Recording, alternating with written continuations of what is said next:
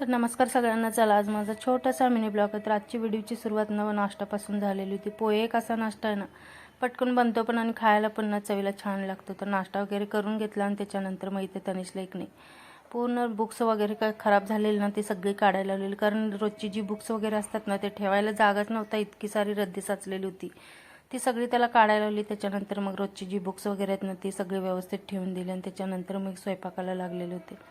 तर आज मस्त असं पालक पनीर बनवलं होतं। तर हे पनीरपेक्षा ना जी पालकची ग्रेव्ही आहे ना तीच खायला इतकी टेस्टी लागते ना।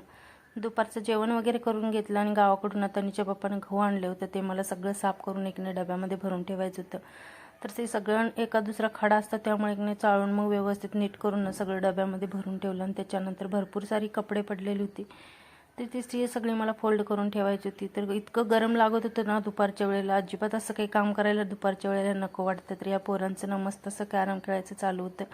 आता लवकर येतात त्यामुळे एक नाही मग या तिघांना पण खेळायला वगैरे भरपूर टाईम भेटतो। यांचं कॅरम खेळायचं चालू होतं, म्हणलं तोपर्यंत आपण दळप वगैरे दळून आणूया। म्हणजे एक नाही आबाळ संध्याकाळच्या वेळेला थोडंसं वातावरण पण वेगळं झालेलं होतं। तळप दळून आणलं आणि त्याच्यानंतर गरम होतं, तर त्यामुळे म्हटलं चला आज कोकमचा सरबत बनवूया। भरपूर दिवस झालं बनवलंच नव्हता, म्हणजे 5-6 दिवस तर झाले असतील। कोकम असं थंडावा देतं त्यामुळे एक नाही मग सरबत पण प्यायला छान वाटतं। आणि संध्याकाळच्या वेळेला असं काहीतरी वातावरण झालेलं होतं, आबाळ इतकं आलेलं होतं ना, पाऊस पडतं का काय असं वाटत होतं, पण गरमी तर काही कमी नव्हती। चला तर मग आजचा व्हिडिओ इथे संपवते, भेटूया उद्याच्या व्हिडिओमध्ये। तोपर्यंत व्हिडिओ आवडला असेल तर व्हिडिओला लाईक, शेअर आणि सबस्क्राईब करायला विसरू नका।